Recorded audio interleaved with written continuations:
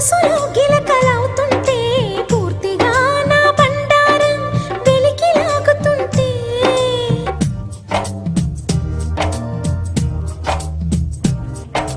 రాత్రిలా వచ్చి పోర రాం పండు బంతులాడి పుచ్చుకోర భాం పండు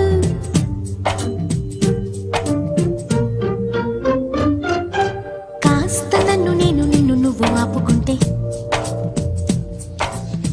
ఊపనంటూ నేను తీపి ఆశ రేపుతుంటే